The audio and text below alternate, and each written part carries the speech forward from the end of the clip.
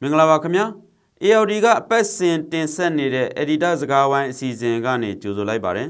်ဒီတစ်ပတ်မှာတော့2022မှာအာဏာသိမ်းစစ်ကောင်စီဘယ်ခြေလှမ်းကိုလှမ်းမလဲဆိုတာနဲ့ပတ်သက်ပြီးကျွန်တော်တို့ဆွေးနွေးသုံးသပ်သွားကြမှာဖြစ်ပါတယ်ကျွန်တော်ကတော့ ALD မြန်မာပိုင်းသတင်းတောက်ချုပ်ကျော်ခပါကျွန်တော်နဲ့အတူတူဆွေးနွေးမဲ့သူကတော့ ALD ရဲ့ Editor ချုပ်ကိုအောင်စောဖြစ်ပါတယ်ကိုအောင်စောမင်္ဂလာပါမင်္ဂလာပါကိုကျော်ခဟုတ်ကဲ့ပြီးခဲ့တဲ့2021ခုနှစ်ကတော့စစ်တပ်ကယူယူမိုင်းမိုင်းနဲ့အာဏာသိမ်းလိုက်တဲ့အတွက်ကြောင့်မြန်မာနိုင်ငံဟာကန်ဆိုးမိုးမောင်ကျခဲ့ရတဲ့အခြေအနေနဲ့ကြုံနေရတာပေါ့လေဆိုတော့ဒီလောက်ရဲ့ကြောင့်ပဲပြည်သူလူထုကနေပြီးတော့တနိုင်ငံလုံးကနေဒီစစ်အာဏာရှင်ကိုဆန့်ကျင်ကန့်ကွက်နေတဲ့အခြေအနေတွေဟာခုချိန်ထိဖြစ်ပွားနေစေဖြစ်ပါတယ်တခါတည်းမှာပဲနိုင်ငံတကာဆိုလို့ရှိရင်လည်းဒီအာဏာသိမ်းစစ်ကောင်စီကိုဆန့်ကျင်ထားတာဖယ်ကျင်ထားတာကြုံနေရတာပေါ့လေဆိုတော့ဒီအခြေအနေတွေကိုကြော်လွှားနိုင်ဖို့အတွက်အာဏာသိမ်းစစ်ကောင်စီကကြံစည်နေတာရှိပါတယ်ဆိုတော့အဲ့ဒါကတော့နိုင်ငံရေးစစ်ရေးနိုင်ငံတကာမှာလူရဝင်မှုကိစ္စတွေပေါ့လေဒီအတွက်လုံးပန်းနေတာတွေကိုကျွန်တော်တို့စားနာတွေတွေ့ရတယ်ပေါ့လေဆိုတော့ဒါနဲ့ပတ်သက်ပြီးပထမဆုံးဆွေးနွေးပြပါအောင်ဒီစစ်ကောင်စီကဒီနိုင်ငံရေးကိုဘယ်လိုကြော်လွှားဖို့စဉ်းစားနေတယ်လဲဆိုတာနဲ့ပတ်သက်ပြီးတော့ပေါ့လေဟုတ်ကဲ့ကိုကျော်ကကျွန်တော်တို့ဒီနှစ်က Happy New Year လို့ပြောလို့မရတဲ့နှစ်ပေါ့နော်ကျွန်တော် Happy New Year Eve မှာလည်းမြန်မာပြည်သူတွေက Happy New Year ကိုဘယ်လိုဖြတ်သန်းခဲ့တယ်ဆိုတော့ကျွန်တော်တို့မြင်ခဲ့ကြားခဲ့ရတာဖြစ်ပါတယ်ကျွန်တော်တို့ဒီနှစ်သက်မှာပဲကျွန်တော်တို့တွေ့ခဲ့ကြုံခဲ့ရတာတွေကကြားခဲ့ရတာတွေသတင်းတွေယူခဲ့ရတာကတော့အစုလိုက်အပြုံလိုက်တက်ဖြတ်မှုတွေဖြစ်ပါတယ်ဒါတွေကိုကျွန်တော်တို့ကြုံခဲ့ရတာဖြစ်ပါတယ်သွေးဆုံးတဲ့ New Year ကိုကြည့်မယ်ဆိုရင်နှစ်သက်ကိုကြည့်မယ်ဆိုရင်မြန်မာစစ်ကောင်စီအနေနဲ့ဒီနိုင်ငံရဲ့အခြေအနေကိုတည်ငြိမ်အောင်မထိန်းနိုင်ဘူးဆိုတော့ကျွန်တော်တို့တွေ့ရတာဖြစ်ပါနံပါတ်1ကတော့တစ်ချိန်တည်းမှာပဲသူ့ဘက်ကဂရီပေးနေတာသူသတ်မှတ်ထားတဲ့သူဂရီပေးထားတဲ့ဒုမှတ်5ချက်နဲ့ဒီ2023အောက်တိုဘာလမှာရွေးကောက်ပွဲကိုမရရအောင်လုပ်မယ်ဆိုတဲ့အချက်တွေပေါ့နော်ဒါတွေကသူ့ရဲ့အဓိကသူလောရမယ့်အိမ်စာပေါ့သူတရားကိုသူလုပ်မယ်ဆိုတာကိုကျွန်တော်တို့တွက်လို့ရတယ်ပေါ့နော်ဆိုတော့ဒီ road map ကိုသူဒီနဲ့အချိန်ကန့်သတ်တဲ့ time table နဲ့ပြောရတဲ့အကြောင်းရင်းကလည်းဒါဟာဒီ road map ကိုသူကမြန်မာပြည်တွင်းမှာလည်းမဟုတ်ပါနဲ့ပြည်ပနိုင်ငံတကာကိုလည်းသူဒီ road map ကိုရောင်းရတာဖြစ်တယ်ဒါကိုဒီအချိန်ကန့်သတ်တဲ့ရောင်းမှာဖြစ်တဲ့အတွက်ကြောင့်သူ့အနေနဲ့ဒီနိုင်ငံတကာရောပြည်တွင်းကိုပြောရတာကတော့သူကအချိန်အကန့်အသတ်တစ်ခုနဲ့ပဲသူကအာဏာယူထားမယ်အာဏာကိုသိမ်းထားမယ်ဆိုတော့ပြောတာပေါ့နော်ဒါပေမဲ့ရွေးကောက်ပွဲလုပ်တဲ့အခါမှာသူလုပ်မှာ PR စနစ်ကိုအကောင့်ထဲပေါ်ပြီးမှရွေးကောက်ပွဲလုပ်မှာဖြစ်တယ်ရွေးကောက်ပွဲလုပ်တဲ့အခါမှာလဲဒီ NLD ပါခြင်းမပါခြင်းကိစ္စတွေ NLD ကိုဘယ်လိုပုံစံမျိုးနဲ့ပါမှာလဲ NLD ဘက်ကရောဒီရွေးကောက်ပွဲကိုလက်ခံပါလားဆိုတဲ့ဟာတွေကကျွန်တော်ထင်တယ်ကျွန်တော်ဒီ2020မှာပို့ပြီးတော့စင်ရှားတွေ့လာမယ်လို့ကျွန်တော်တော့ထင်တယ်။နောက်ပြီးတော့မြန်မာစစ်တပ်ကအများအားပြောတာကဒီ PR စနစ်ကိုလောက်ရတဲ့အကြောင်းရင်းကဟလာတိုင်းရင်းသားပါတီငယ်လေးတွေနေရာအာဏာပိုရလာဖို့နေရာပိုရလာဖို့ဆိုပြီးတော့ပြောခဲ့တော့လည်းပဲတကယ်တော့မြန်မာနိုင်ငံကြီးမှာ1950 60 80အခုအချိန်ထိပုံသဏ္ဍာန်မျိုးစုံနဲ့ပုံစံပြောင်းပြီးတော့နိုင်ငံရေးအာဏာကိုအခုအချိန်ထိလက်ဝဲကြီးအုပ်ထားတာဟာလာဗိုလ်ချဆိုးမခဲ့တာဘယ်သူလဲလို့ပြန်ကြည့်မယ်ဆိုတော့မြန်မာစစ်တပ်ပဲဆိုတော့ကျွန်တော်တွေ့ရတယ်သူဖန်တီးခဲ့တာလဲကြက်ကန်ပုံမျိုးပါတီကိုဖန်တီးခဲ့တယ်ကြက်ကန်ပုံမျိုးပါတီကိုဖန်တီးခဲ့တယ်ကြက်ကန်ပုံမျိုးပါတီကနေတစင်သူအသက်ကိုဆက်ဖို့သူစ조사ခဲ့တဲ့အခါမှာ2015ရွေးကောက်ပွဲကြာတော့မှသာသူကသူ့ရဲ့အာဏာကိုလက်ဆုံးရှုံးခဲ့ရတာဖြစ်တယ်ဆိုတော့အဲ့ဒါကိုပြန်ဆက်ဖို့အတွက်ကိုသူကအခုအာဏာသိမ်းတယ်2020ရွေးကောက်ပွဲမှာရွေးကောက်ပွဲတစ်ခုသူအဖြစ်အသစ်ပြန်လုပ်မယ်အဲ့ဒီရွေးကောက်ပွဲလုပ်တဲ့အခါမှာသူ့ရဲ့ပါတီနိုင်ဖို့အတွက်သူလုပ်မယ်ဆိုတဲ့ရည်ရွယ်ချက်နဲ့တွားနေတာဖြစ်တယ်လို့ကျွန်တော်တို့ပြောလို့ရတာပေါ့နော်ဆိုတော့ဒီမှာ NLD ပါတီကဒီရွေးကောက်ပွဲမှာ2020ရွေးကောက်ပွဲမှာဒီတောင်ပြိုကမ်းပြိုနိုင်ခဲ့တဲ့ပါတီပေါ့လေဆိုတော့ပြည်သူအများစုကလည်းNLD ကိုမဲထည့်ခဲ့ကြတယ်ဆိုတော့သူတို့ကလည်း NLD ကိုမျှော်လင့်ကြတာတိမှတ်ပြုကြတဲ့ဟာရှိတယ်ဆိုတော့လက်ရှိဒီ PR စနစ်နဲ့တွားမယ်သူတို့ရွေးကောက်ပွဲပုံစံတွားမယ်ဆိုရင်NLD ကိုဘယ်လိုကင်တွယ်မလဲဒီဟာနဲ့ပတ်သက်ပြီးတော့လဲသူတို့မှာအစီအမံတွေကြံစည်မှုတွေရှိမှာပေါ့ဒါနဲ့ပတ်သက်ပြီးတော့လဲရှင်းပြပေးပါအောင်ကွာဟုတ်ကဲ့ကိုကျော်ကကျွန်တော်မြင်တာအဲ့2015အောင်ပွဲနဲ့2020အောင်ပွဲကအတောင်ပြိုကမ်းပြိုအောင်ပွဲကသူ့ရဲ့စီမံကိန်းတွေသူ့ရဲ့အာဏာကိုဆက်ပြီးတော့ USDP ကြက်ခိုင်ဖွံ့ဖြိုးရေးနဲ့ဆက်ပြီးတော့တိုင်းပြည်ရဲ့အာဏာကိုဆက်ယူထားရေးဆိုစီမံကိန်းပြတ်တာပဲဆိုတော့ပြောမယ်ဆိုရင်တော့အခုကျွန်တော်တို့လက်မြင်နေတဲ့လက်တွေခြေတွေကတော့ NLD ပါတီကိုထိုးခွဲဖို့ကြိုးစားတာပေါ့နော် NLD ပါတီကိုထားအရင်တုန်းကလည်းဒါမျိုးလုပ်ခဲ့ဘူးတဲ့ခေါင်းနဲ့ကိုယ်နဲ့ခွဲထားတာပေါ့ဆိုတော့အခုဆိုရင်လည်းကိုကအပြင်မှာရှိတော့လဲခေါင်းအောင်ထဲထဲမှာထားတာပေါ့ ဆိုတော့အခု NLD နဲ့ NUG နဲ့ CRPH နဲ့တခြားအဖွဲ့တွေကြားထဲမှာသွေးမကွဲကွဲအောင်လုပ်နေတဲ့လက်ရခြေရာတွေကိုကျွန်တော်လွန်ခဲ့တဲ့3-5 လအစပြီးတွေ့ခဲ့ရတာပေါ့နော်ဒေါ်အောင်ဆန်းစုကြည်ကသူ့ရဲ့ရှေ့နေရတဲ့စဉ်ပြောခဲ့တာကတော့ပြည်သူတွေအတွက်ထောင်ထားတဲ့ပါတီဖြစ်တဲ့အတွက်ကြောင့်ဖြစ်တဲ့အတွက်ပြည်သူတွေရှိနေသေးပါတီရှိနေမယ်ဆိုတဲ့စကားကိုသူပြောကြားခဲ့တယ်လို့ကျွန်တော်တို့ရှေ့နေရတဲ့စဉ်သိရတာပေါ့နော်ဆိုတော့ဒါပေမဲ့ကျွန်တော်မြင်တာကတော့ဒေါ်အောင်ဆန်းစုကြည်ကိုရှေ့နေတွေကိုနဲ့တလွတ်လပ်လပ်ပြောခွင့်ရပါတယ်လို့နောက်ဆုံးမှာစစ်ကောင်စီဥက္ကဋ္ဌကိုယ်တိုင်ထွက်ပြောရတဲ့သဘောကဘာလဲဆိုတော့ဒါဟာကျွန်တော်မြင်တာတော့ထောင်ချောက်တစ်ခုစင်ထားတာလို့ပဲကျွန်တော်မြင်တယ်ဆိုတော့ဒီဟာကိုသူတို့ကဒီခေါင်းဆောင်အထက်မှာထားပြီးတော့ဒီဘက်မှာလည်းတစ်ဖက်တက်ရှို့ထိုးခွဲဖို့လုပ်နေတဲ့လုပ်ရက်တွေလို့ကျွန်တော်အဲ့လိုမြင်တယ်ပေါ့နော်ဒါက2023မတိုင်ခင်မှာဒီစစ်ကောင်စီအနေနဲ့ NLD ကိုပို့ပြီးတော့အားနေသွားအောင်ချိနေသွားအောင်လုပ်မယ်ဆိုရည်ရွယ်ချက်ရှိတာပေါ့ကျွန်တော်တို့အရင်တော့ကတော့ကျွန်တော်တို့လွန်ခဲ့တဲ့နှစ်ကအော်ဂုတ်လလောက်ထိ NLD ပါတီကိုဖျက်သိမ်းမယ်ဆိုတော့ချိန်မောင်းတန်တွေကျွန်တော်တို့ကြားခဲ့ရတာပေါ့နော်ဒါပေမဲ့နောက်ပိုင်းမှာတော့အဲ့တန်တိတ်သွားပြီးတော့ NLD ပါတီကိုပြန်ပြီးတော့ဖုတ်လိုက်နဲ့အသက်ရှူခွင့်ပေးမလားဆိုတဲ့အတန်တွေပြန်ထွက်လာတယ်ပေါ့နော်ဆိုတော့အခုဆိုရင်တော့ဖြစ်နိုင်ရည်ရှိတာ NLD ပါတီကိုတော့သူတို့ဖျက်သိမ်းဖို့မရှိသေးဘူးဒါပေမဲ့2023မတိုင်ခင်မှာတော့ပါတီကိုတက်ရှို့ထိုးခွဲမဲ့အစီအစဉ်တွေတွေ့ရတယ်ပေါ့နောက်ဆုံးပိတ်ကျွန်တော်ပြောချင်တာကတော့အရင်တော့သမ္မတဦးသိန်းစိန်စီမှာကြံပေးလုပ်ခဲ့တဲ့အသူတွေပြီးတော့မြန်မာ Peace Center မှာလုပ်ခဲ့တဲ့သူတွေပေါ့နော်နောက်ပြီးတော့ဦးသိန်းစိန်ရဲ့တကယ်အားကိုးရတဲ့ဝန်ကြီးနှစ်ပါးဖြစ်တဲ့ဦးစိုးသိန်းနဲ့ဦးအောင်မင်းတို့ဒီအဖွဲ့တွေကိုပြန်ကြည့်မယ်ဆိုပြီးကျွန်တော်တင်တယ်ဒီကျွန်တော်တို့နားထောင်နေတဲ့သူတွေဘယ်သူတွေလဲဆိုတော့မျက်စိထဲမှာမြင်လို့ရမှာထင်ပါတယ်သူတို့တွေအုပ်စုတွေပြန်ပြီးတော့ခေါင်းထောင်ထလာတာတွေသူတို့တွေကနေပြီးတော့ဒ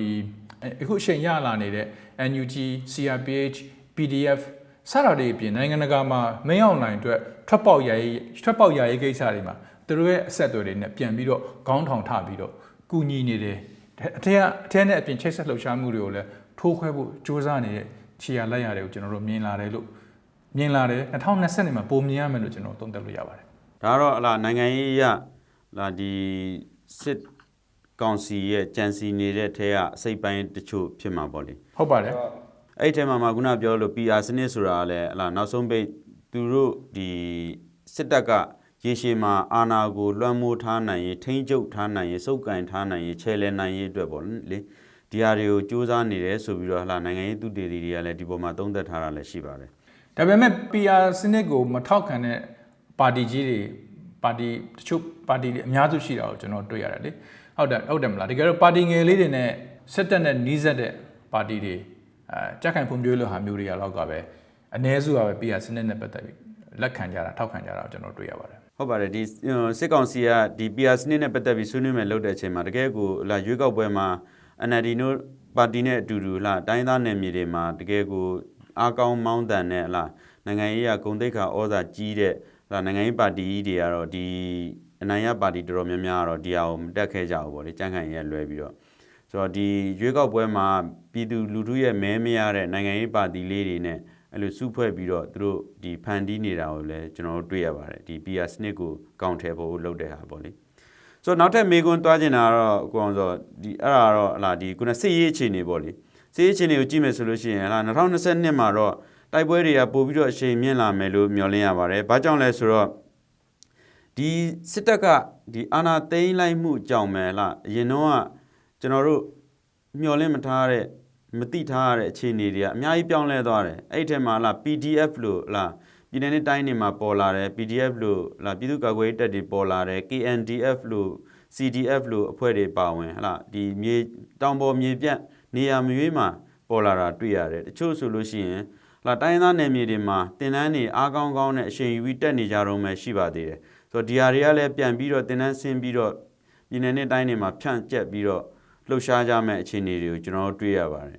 နောက်ပြီးတော့ဒီအပြည့်ရထားတဲ့တိုင်းရင်းသားတွေနဲ့တနက်ပြန်ပေါက်တယ်ဒီ KNU လို့အဖွဲ့အစည်းမျိုးတွေနောက်ဆုံးလေရင်နဲ့တောင်ပြန်တိုက်နေရတဲ့ဒီအပြည့်ရအဖွဲ့တွေရှိတယ်နောက်ပြီးတော့CNF လို့အဖွဲ့တွေရှိတယ်ဒီ KIA လို့ KIO လို့အဖွဲ့တွေရှိတယ်ဒီမိနစ်တနေ့ဆိုရင်လည်းဒီပလောင်မှာလည်းTNL နဲ့တိုက်ပွဲတွေဖြစ်တယ်ဆိုတော့အပြစ်မရတဲ့အဖွဲ့တွေနဲ့ရောအပြစ်ရတဲ့အဖွဲ့တွေနဲ့ရောတိုင်းသားလက်နက်ကိုင်ကြီးတွေနဲ့ဖြစ်နေတယ်ခုနလိုမြေပြင်မှာလည်းခုနPDF လို့ KNDF လို့ CDF လို့အဖွဲ့တွေမျိုးစုံဖြစ်နေကြတယ်ဆိုတော့ဒီအခြေအနေတွေကနောက် 2020နှစ်စပိုင်းလောက်ကစပြီးတော့ပို့ပြီးတော့အားကောင်းလာမယ်လို့ကျွန်တော်တွက်ဆထားတယ်ပေါ့လေဆိုတော့ဒါနဲ့ပတ်သက်ပြီးတော့လည်းဒီစစ်ရေးအခြေအနေပေါ်မှာဘလို့ကြံစီနေတယ်လဲဟာဒီစစ်ကောင်စီကတရားဘလို့ဖြည့်ရှင်းသွားဖို့စဉ်းစားနေတယ်လဲဒါနဲ့ပတ်သက်ပြီးလဲကောင်းဆိုဆွေးနွေးပါအောင်ကျွန်တော်တို့ PDF အကြောင်းပေါ့နော်နောက် EAO တွေအကြောင်းတွေကျွန်တော်တို့အများကြီး cover လုပ်ခဲ့တယ်ပြီးခဲ့တဲ့နှစ်တစ်နှစ်လုံးမှာအဓိကတကယ်ရိုးရှင်းဆုံးပြောမယ်ဆိုတော့ဘယ်သူကလူထောက်ခံမှုရှိတယ်လဲဆိုတာပဲအခုမြန်မာတက်မတော်ဟာတစ်ချိန်လုံးကကျွန်တော်တို့ပြောခဲ့မှုပါတယ်ပြိုတန်းကြိုက်တဲ့နင်းစီကန်ဖြစ်ခဲ့ဘူးတယ်နော်1950 60 90ကာလတွေမှာတစစတက်မတော်ကသူ့ရဲ့ image သူ့ရဲ့ပုံရိပ်ကပြတ်သုံးလာခဲ့တာကိုကျွန်တော်တွေ့ရတယ်ဒီနေ့အာဏာသိမ်းထားတဲ့စစ်ကောင်စီအာဏာသိမ်းထားတဲ့မြန်မာစစ်တပ်ကိုလူလူကခါခါတီးတီးစိတ်ကုံသွားတာကိုတွေ့ရတယ်စိတ်ပြတ်တဲ့အစဉ်မဟုတ်ဘူးနော်စိတ်ကုံသွားတဲ့အစဉ်တွေ့ရတယ်တစ်ချိန်တည်းမှာပဲလွန်ခဲ့တဲ့6လနဲ့8လအတွင်းမှာပေါ်လာတဲ့သူတို့ကလေလိုင်းဆိုလို့ပြောတဲ့ NUG လို့အဖွဲ့တွေ SNG လို့ဆိုအဖွဲ့တွေပြီးတော့ PDF လို့ဟလာဒီက homemade weapon တွေနဲ့လုပ်ပြီးတော့တိုက်ခိုက်နေတဲ့နော်ပြည်သူတွေကနေထွက်လာတဲ့ PDF လို့ပြောလို့ရတာပေါ့နော်ဒီလူတွေကိုဒီမြန်မာပြည်သူပြည်သားတွေပြည်ရင်းပြည်ပအနေထောက်ခံနေတာကိုကျွန်တော်တို့တွေ့ရတယ်ပေါ့ဆိုတော့အဲ့ဒါကိုကြည့်မယ်ဆိုရင်တော့2020ကိုကျွန်တော်တို့ကချင်ကရင်ချင်းကရားနဲ့ဒီစကိုင်းနဲ့မကွေးအဲ့ဒေသတွေမှာအတိုက်ပွဲတွေပို့ပြီးအချိန်မြင့်လာနိုင်တယ်စစ်ချိန်မြင့်လာမယ်မြန်မာစစ်တပ်နဲ့တောင်သူတို့အကြီးကျယ်သူတို့ဒါအကြီးကျယ်စိန်ခေါ်မှုတစ်ခုလို့ကျွန်တော်ကတော့မြင်တယ်ဒီနေရာမှာအရေးကြီးတာပါလဲဆိုတော့ PDF နဲ့ဒီတိုင်းသားအဖွဲ့တွေလို့ခေါ်တဲ့ဒီ EAO တွေရဲ့ဆက်နွယ်မှုတွေပဲလို့ကျွန်တော်ထင်တယ်အဲ့ဆက်နွယ်မှုတွေကပို့ပြီးအားကောင်းလာမယ်ဆိုရင်တော့မြန်မာစစ်ကောင်စီကို2022အကုန်လောက်မှာအများကြီးကောင်းကောင်းကိုချင်းချောက်နိုင်မဲ့အခြေအနေတစ်ခုရောက်သွားနိုင်မယ်လို့ကျွန်တော်တို့လို့သုံးသပ်မှထင်ပါတယ်။ဒါကြောင့်လို့ပြောမယ်ဆိုရင်ပြီးခဲ့တဲ့3 4 5 6လမှာချင်းနဲ့စကိုင်းမှာသူတို့စစ်စင်ရေးကြီးထိုးခဲ့တယ်ဆိုတော့လည်းပဲအဲ့စစ်စင်ရေးကြီးတွေအကုန်လုံးအောင်မြင်မှုမရှိခဲ့တာကိုကျွန်တော်တွေ့ရတယ်။ထို့အတူပဲကျွန်တော်၄ကကောင်မှာမကြခင်ဖြစ်ခဲ့တဲ့တိုက်ပွဲတွေမှာဆိုရင်လည်းဒီဘက်ကတိုင်းသားအဖွဲ့နဲ့လက်နဲ့အနှဲငယ်ပဲရှိတဲ့ PDF တွေနေပြီးတော့ဦးကျိုးသွားအောင်လုပ်နိုင်ခဲ့တာကိုကျွန်တော်တွေ့ရတယ်ပေါ့နော်။ဒါကိုကြည့်မယ်ဆိုကျွန်တော်2022ကိုကျွန်တော်တို့ခံမှန်းလို့ရတယ်ပြီဒီ PDF တွေပိုအားကောင်းလာမယ်သူတို့လိုနေတာကတော့ပိုပြီးအားကောင်းတဲ့ကူညီမှုနဲ့ပြည်ရင်းပြည်ပကူညီမှုနဲ့သူတို့လက်နဲ့အင်အားကောင်းလာမယ်ဆိုရင်ကျွန်တော်တို့ဒီတက်ပိုပြီးစိတ်ဝင်စားစရာကောင်းတဲ့တိုက်ပွဲတွေကျွန်တော်တွေ့ရမယ်အချိန်ထဲမှာပဲအရေးကြီးတာတော့မြန်မာစစ်တပ်ပဲလို့ကျွန်တော်ထင်တယ်မြန်မာစစ်တပ်ထဲမှာအလဲပိုင်းမှာရှိတဲ့အရာရှိကြီးတွေကိုယ်တိုင်ကထွက်ခွာဖို့စူးစမ်းနေတာရှိတယ်ပေါ့နော်ဒါပေမဲ့ဒီဘက်မှာကအဲ့ဒါတွေကိုဘလို့ဆွဲဆောင်စီယုံမလဲသူတို့တွေထိုက်တဲ့နေရာတစ်ခုမှာသူတို့ထားမလားဒါမှမဟုတ်တခြားနိုင်ငံတဲ့နိုင်ငံကိုပို့နိုင်မဲ့အလားအလာရှိလားသူတို့မိသားစုတစ်ခုလုံးတော့ကိုဘယ်လောက်ထိလုံခြုံမှုပေးနိုင်မလဲဆိုတဲ့ကိစ္စတွေမှာဒီဘက်ကအားနည်းနေတာတော့ကျွန်တော်တွေ့ရသေးတယ်ဒါပေမဲ့ကျွန်တော်ထင်တယ်2020ဒီနှစ်မှာတော့ဟိုဘက်ကထွက်လာမဲ့သူတွေပိုပြီးများလာမယ်လို့ကျွန်တော်တို့သုံးသပ်လို့ရပါတယ်အဲ့တော့တစ်ချိန်တည်းမှာပဲပေါ့နော်ဒီစစ်တပ်ကောင်စီရဲ့တပ်သားတွေရနေပြီးတော့ဒီကြေးရွာတွေဝင်ပြီးတက်ဖြတ်တာတွေခုနကျွန်တော်တို့မှပြောခဲ့သူအစောပိုင်းကပြောခဲ့သူအစုလိုက်ပုံနဲ့ပြုံလဲတက်ဖြတ်မှုတွေအကုန်လုံးကပိုပြီးများလာတော့ကျွန်တော်တွေ့ရတယ်နော်လူတို့ရဲ့ခါသီးရဲ့တုံ့ပြန်မှုကိုတွေ့ရတယ်လို့နိုင်ငံတကာလည်းဒီကိစ္စကိုအကြီးကျယ်လေ့လာစောင့်ကြည့်နေတယ်တတိပေးနေတော့ကျွန်တော်တွေ့ရဒါမျိုးတွေကနောက်ပိုင်းကျရင်တော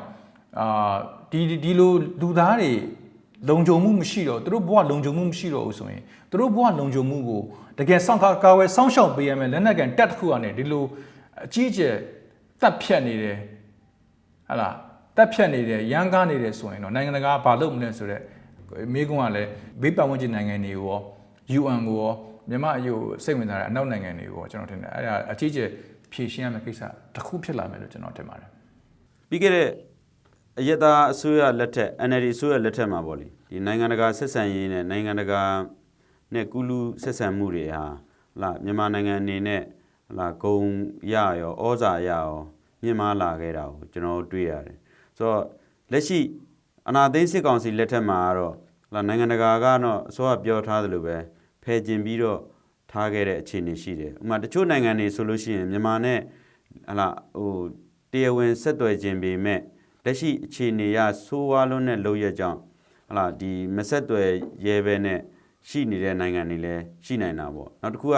ဒီအာနာသိန်းခေါင်းဆောင်နဲ့မတက်တူတူရက်လိုက်ရင်ဘူးဒီပုတ်နဲ့ပေါင်းရင်ပုတ်သွားမှဆိုရတဲ့အခြေအနေတွေလည်းရှိတာပေါ့လေ ဆိုတော့နိုင်ငံတကာဆက်ဆံရေးရောဒီ2022ထဲမှာဘလို့အပြောင်းလဲတွေရှိလာနိုင်လဲတိုးတက်လာနိုင်သလားဒါမှမဟုတ်ရင်ဒီတိုင်းပဲဆက်သွားမယ့်အခြေအနေမျိုးမြင်ရလားဒါနဲ့ပတ်သက်ပြီးလဲဆွေးနွေးပါအောင်ပေါ့မြန်မာစစ်ကောင်းဆောင်နဲ့စစ်ကောင်စီအကြီးကျယ်လိုအပ်နေတာ legitimacy လို့ခေါ်တဲ့တရားဝင်ရည်တည်မှုနဲ့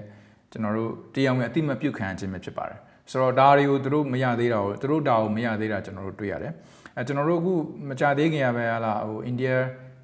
ိယရဲ့တရုတ်ရဲ့ထိုင်းနိုင်ငံရဲ့ကမ္ဘောဒီးယားရဲ့နေပြီးတော့မြန်မာနိုင်ငံကိုတားရောက်လဲပက်ခဲ့တာတွေကျွန်တော်တို့တွေ့ရတယ်ပေါ့နော်လွတ်လပ်ရေးနေ့တမလာပို့တဲ့နိုင်ငံတွေကိုကြည့်ရင်ကျွန်တော်သိတာပါတယ်ဗျာဟုတ်တယ်မလားကျွန်တော်တို့ရုရှားဘယ်လာရုစ်ဆာဘီးယားနော့သ်ကိုရီးယားနဲ့ကမ္ဘောဒီးယားနိုင်ငံတွေဖြစ်တာကိုကျွန်တော်တို့တွေ့ရတယ်ပေါ့တကယ်ချင်းဘယ်လောက်ရှားတယ်လဲသူကလူရဘယ်လောက်အသွင်းမခံဘူးလဲဆိုတော့ကျွန်တော်တို့မြင်ရတာပေါ့အဲ့တော့ legitimacy issue မှာတော့ကျွန်တော်မြင်တာနိုင်ငံတကာမှာdata အတွင်းမှာဆိုတဲ့ကိစ္စမှာပြောတဲ့ခါကျရင်ကျွန်တော်တို့ကဒီအာဆီယံပြီးခဲ့တဲ့နှစ်ကအာဆီယံမှာဆိုကျွန်တော်တို့ဒီကိစ္စနဲ့ပတ်သက်ပြီးတော့လည်းကျွန်တော်အကြီးကျယ် cover လုပ်ပြီးသားဖြစ်ပါတယ်အာဆီယံမှာဆိုရင်လည်းဒီအာဆီယံ summit ကိုစစ်ကောင်စီတက်ခွင့်မရတာအာဆီယံကနေပြီးတော့သူ့ကိုဖိအားပေးတာတွေပေါ့နော်အဲ့ဒါတွေကိုကျွန်တော်တို့တွေ့ကြရတယ်ပေါ့နော်အဲ့တော့ဒီမြန်မာပြည်မှာအပြောင်းလဲမှုမရှိသေးသေးကောင်းမွန်တိုးတက်တဲ့ပြောင်းလဲမှုမရှိသေးသေးအာဆီယံအနေနဲ့ကလည်းဒီပုံစံတိုင်းပဲဆက်သွားမယ်လို့ကျွန်တော်မြင်တယ်ကမ္ဘောဒီးယားဝန်ကြီးချုပ်ဟွန်ဆန်နာဆိုရင်လည်းဇန်နဝါရီလ9ရက်နေ့ကမြန်မာပြည်သွားတာဖြစ်တယ်ပေါ့နော်ဒါပေမဲ့သူကအာဆီယံကိုစားပြုသွားတာမဟုတ်ဘဲနဲ့ကမ္ဘောဒီးယားနိုင်ငံရဲ့ဝန်ကြီးချုပ်အဖြစ်နဲ့ပဲမြန်မာပြည်သွားတာဖြစ်တယ်မြန်မာနဲ့ကမ္ဘောဒီးယား bilateral relation အနေနဲ့ပဲသွားတာဖြစ်တယ်ဆိုတော့ကျွန်တော်တို့နားလည်မလို့တာပေါ့နော်ဆိုတော့ဒါကြောင့်လည်းဒီအင်ဒိုနီးရှားမြန်မာပြည်ရေးမှာတက်ကြွပါလာတဲ့အင်ဒိုနီးရှားသူခီးစမထွက်ခင်မှာ